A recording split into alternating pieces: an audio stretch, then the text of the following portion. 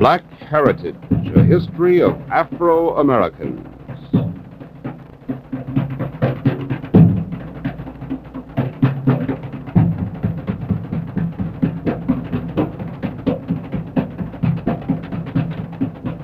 Our current topic, where did they come from? Today's subject, African Origins of Organized Societies, with John Henrik Clarke, editor of Freedom Ways magazine and director of the Heritage Teaching Program of HARUAC in Harlem. And now, Mr. Clarke. In order to understand the subject, African Origins of Organized Society, I must once more ask you to examine certain prevailing assumptions about Africa that has no basis in truth. The first assumption is the assumption that the people of African descent had no culture prior to the European contact. Another assumption is the assumption that ancient Egypt was a pseudo-white nation and that its culture is European or, at the very least, Asia. The assumption that Africa made no contribution to the early development of Europe. The assumption that slavery was to the African a blessing in disguise, and the assumption that the African had no civilization and made no contribution to the development of mankind prior to the European contact. Once more, we must begin by examining the relationship of North Africa to the rest of Africa and the relationship of the people in North Africa, specifically Egypt, to the rest of Africa. I think part of the confusion about who the Egyptian people were is in the fact that a lot of people have forgotten a very basic thing about Africa, is that Africa, the word Africa itself, is older than Africa is older than the word Africa.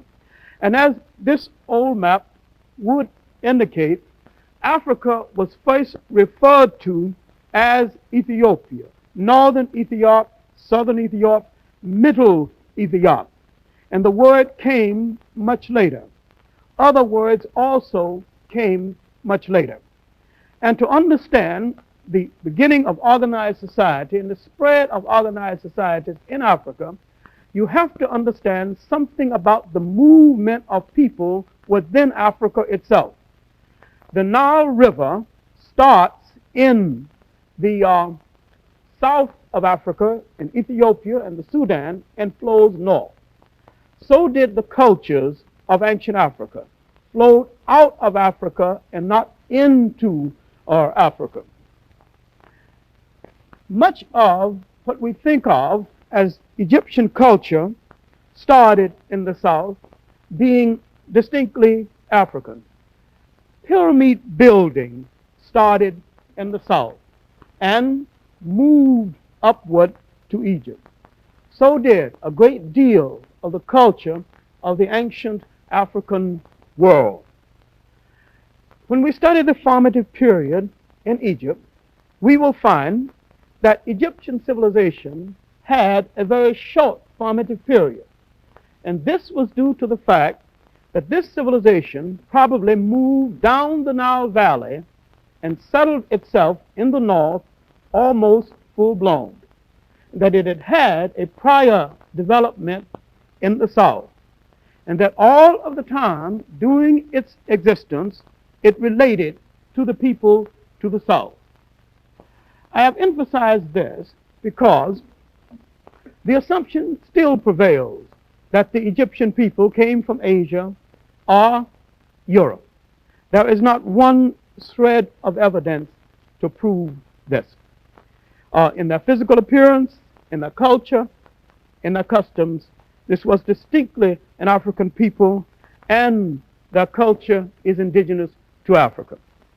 Now, in his book, The Progress and Evolution of Man in Africa, Dr. Leakey states that in every country that one visits and where one is drawn into a conversation about Africa, the question is regularly asked, what did Africa contribute to the progress of mankind.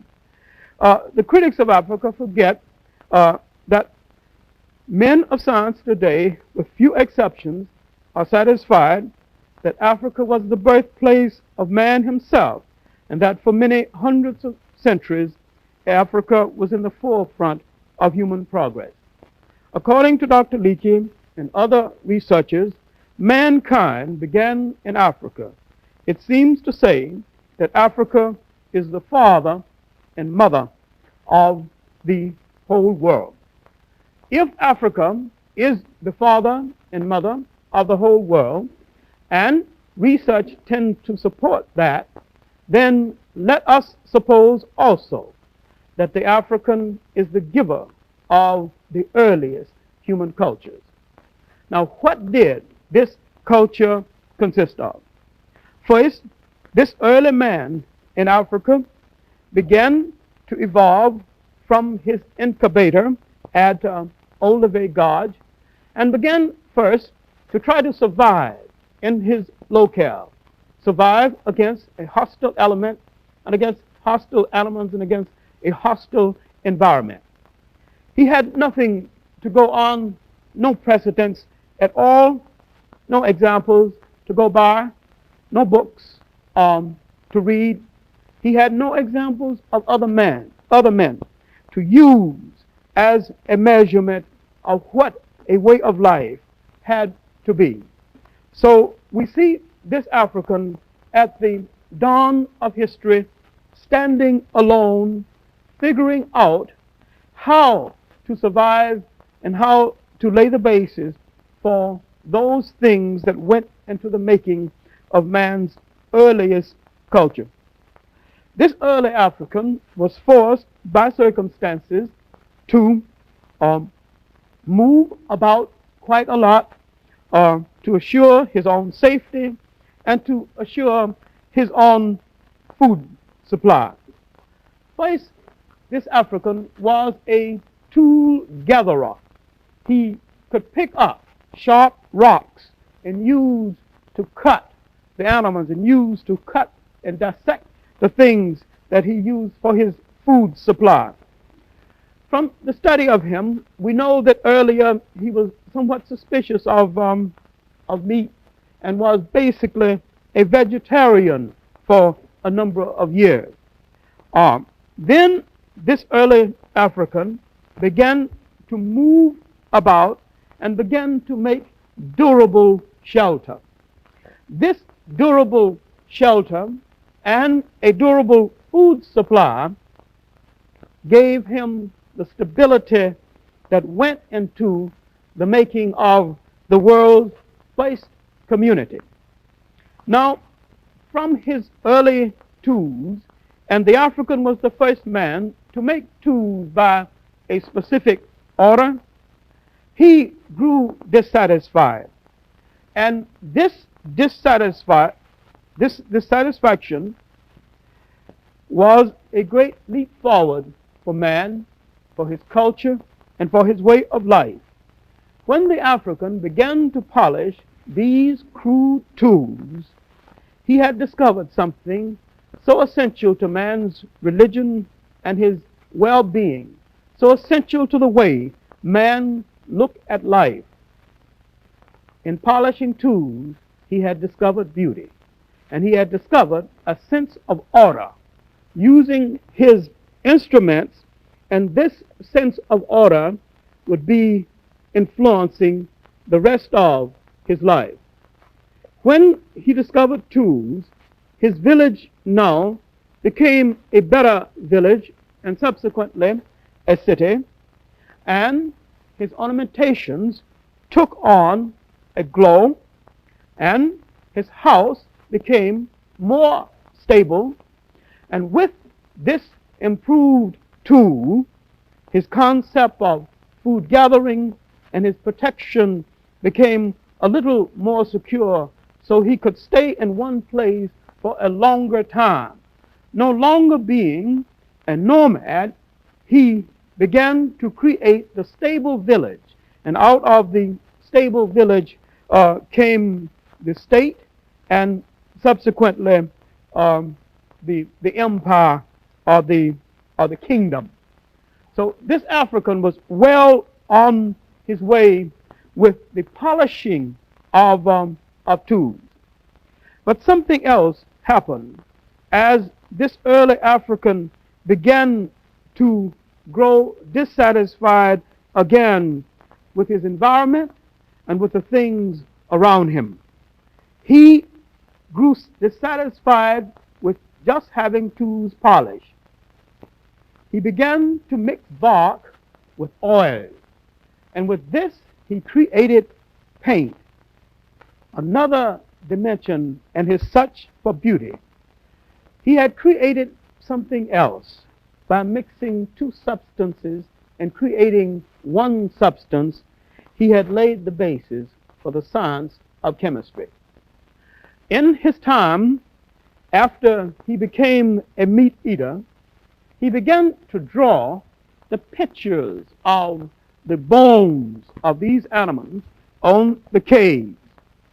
And in drawing the pictures of the bones of the animals on caves, he had given birth to another science, another educational discipline. He had been the forerunner of the study of human anatomy in his study of the kind of animals that roam his country. He began also to paint some of these animals, to paint their pictures and their activities in caves. And not so strangely, but strangely to most people who have not recognized it, a lot of the paintings of these animals was found in Europe. There is evidence to prove that the African and his movement out of Africa moved into parts of Asia and into parts of Europe.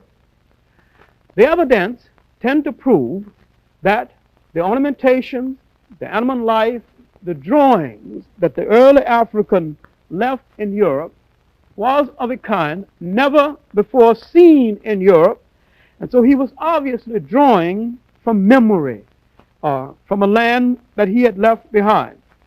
Now, what influenced the movement of Africans outside of Africa and what facilitated it is this. In this early period of man, there was no water separating Africa from Asia or Africa from Europe. The African could very easily walk into Asia and walk into Europe. There was nothing to prevent him from doing this, and to understand the pressure within Africa that drove a lot of Africans out of Africa at an early period, you have to understand there's something about weather, the vacillating nature of weather. Africa did not always have a tropical climate. Sometimes it became a little cold, and sometimes it became extremely hot. Now the African, distrustful of this freakish nature of his environment, began to seek other homes elsewhere. And then the African began another migration out of Africa itself. Now, while Europe had an ice age, the African did not have an ice age. He had an age of high rainfall, when the African had to move about within Africa to seek an environment conducive to his survival in this kind of climate. Now, the African began to people not only parts of the Mediterranean, but other parts of Africa, and began to spread cultures from one part of Africa to the other. His building techniques, his way of life, his domestication of animals, giving him a more stable food supply, his beginning of the cultivation of foods started principally by the women who were left behind while the men went out to search for new campsites. The women decided to plant a garden, and these same African women started a special kind of agriculture and a special kind of irrigation, terrace farming, farming on the hillside and putting small dams around the hill or the mountain so that it would hold the moisture of water in such a manner that the ground stayed fertile long after the rains had gone. Now the African began to cluster closer and closer into groups and began to expand the village into the city and began to have better communication with people within the body of Africa. Contrary to one misconception about Africa, the African was extremely mobile, and he began to move about within the body of Africa, relating to other people, mostly his early relatives who had migrated to these areas. And if we examine the language of Africa, you will find similarities in one African language and another, indicating the cultural continuity within Africa itself. But one of the greatest developments within Africa was the development of an iron culture that started, according to most records, in Eastern Africa, Ethiopia, the Sudan, and this area, the land that was the old biblical land of Cush, and began to spread to other areas of Africa. So now, modern researchers have found evidence of iron cultures all over Africa, especially in Western Africa, in this area of Africa, and in Southern Africa, when it was previously assumed that the Iron Age cultures started and had its sole development in Northeast Africa. Now, what did the African do with this kind of culture, with iron, with bronze, with other metals? He had begun to make not only stable communities, but ornamentations, and most of these ornamentations for the decoration of his women, but mostly ornamentations to the endearment of his gods. These Africans, having begun to move about and establish themselves in other areas of Africa, began to influence the early development of northern Africa. Once the societies were stable in this part of Africa, it is obvious that there was a migration within Africa, a migration using the Nile River as a great highway, and many of the people who moved out of the Kush Basin, now Ethiopia and the Sudan, became the people we now refer to as the ancient Egyptians. I think it should be said at this point that the present-day Egyptians have little or no direct relationship with the ancient Egyptians, that the population in Egypt and in North Africa was almost completely replaced by other people during the time when Asians began to push into Africa, which is a much later development. Now, as organized cultures began to develop in Southeast Africa, there were other developments in the area that became the Sahara. It should be said here that the Sahara has not always been a desert. There were once great cities in that area, and it was called the Green Sahara, and it was indeed green. André Lorde, the French archaeologist and researcher, had dug up a number of frescoes, ornamentations of the kind of life that existed in the Sahara area before it became a desert. In fact, archaeologists in this area have dug up great cities, whole cities, been dug up, buried by the sand.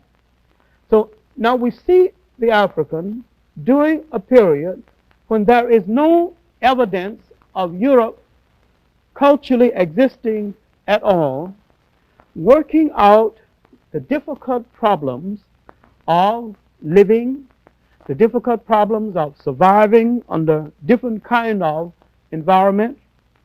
But the major contribution the African made during that period was a system of land distribution and land attitude which later prevented Africa from ever having a feudal society similar to the feudal societies of Europe.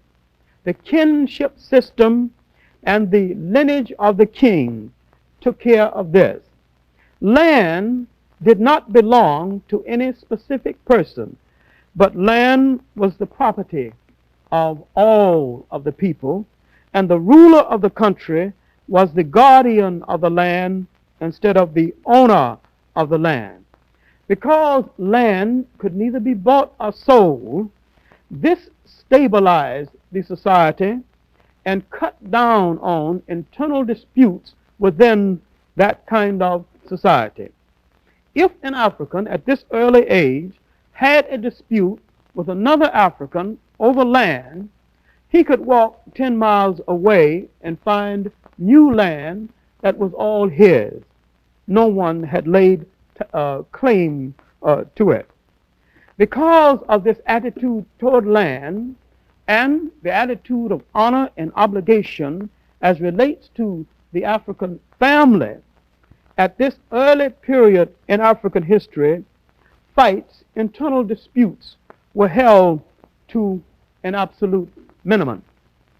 And this made not only for a peaceful society, but for a society that could progress without a lot of internal disputes that had strangled and destroyed many other societies before they could reach their formative periods of development. Now the African had learned the use of metals, the preservation of food, the domestication of animals, and he had learned how to conquer his environment. This environment was influencing his attitude toward his fellow man and his attitude toward what he would have to do in order to secure that society. Now, honor and obligation were the ruling factors in this old society. A man was obligated to the total of his society and not just to an individual or to his family. And his family was a part of that total society. Case in point, the African would no more kill a deer and bring that deer home and say, "This is mine," than he would grow wings and fly. He didn't think that way. He thought for the total group of people. And by thinking for the total group, each man contributed to a society according to his best talent. The first hero in African society was the hunter, the meat gatherer, the man who went out and brought back the food for the larger group. And this hero was just a hero and nothing more. He got no special portion of the food that he brought back home, nor did his family. He got the one thing which prevails in African society to this day, status.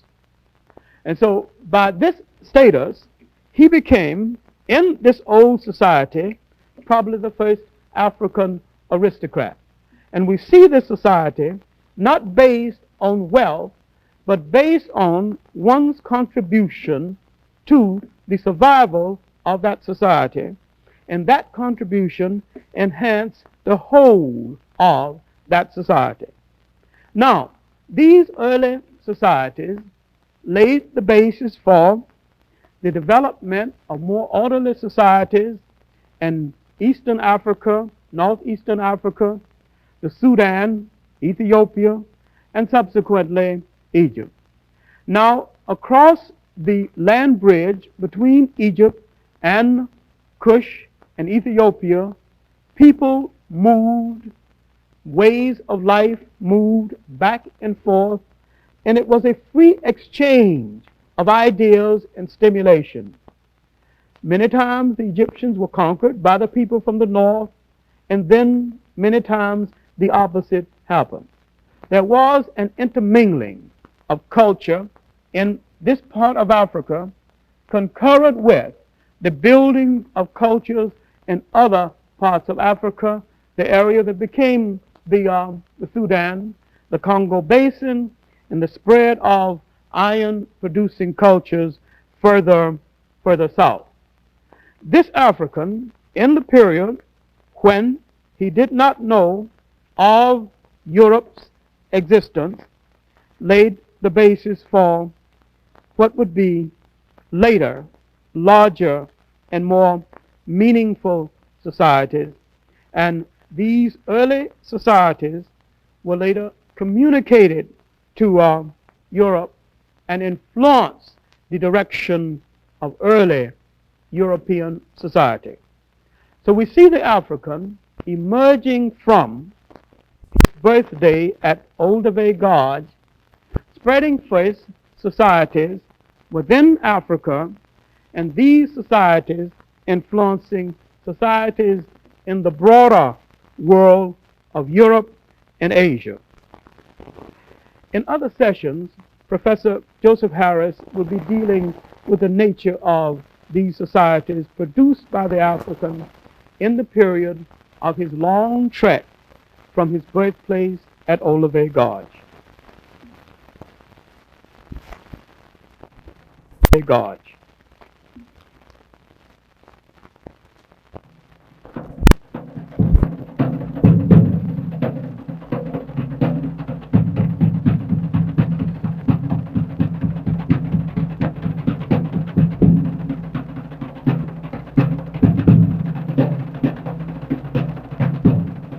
Black Heritage, a history of Afro-Americans, presented in association with Columbia University. Our current topic, where did they come from? Our subject today was African origins of organized societies with John Henrik Clarke, editor of Freedomways magazine and director of the Heritage Teaching Program of Harvard.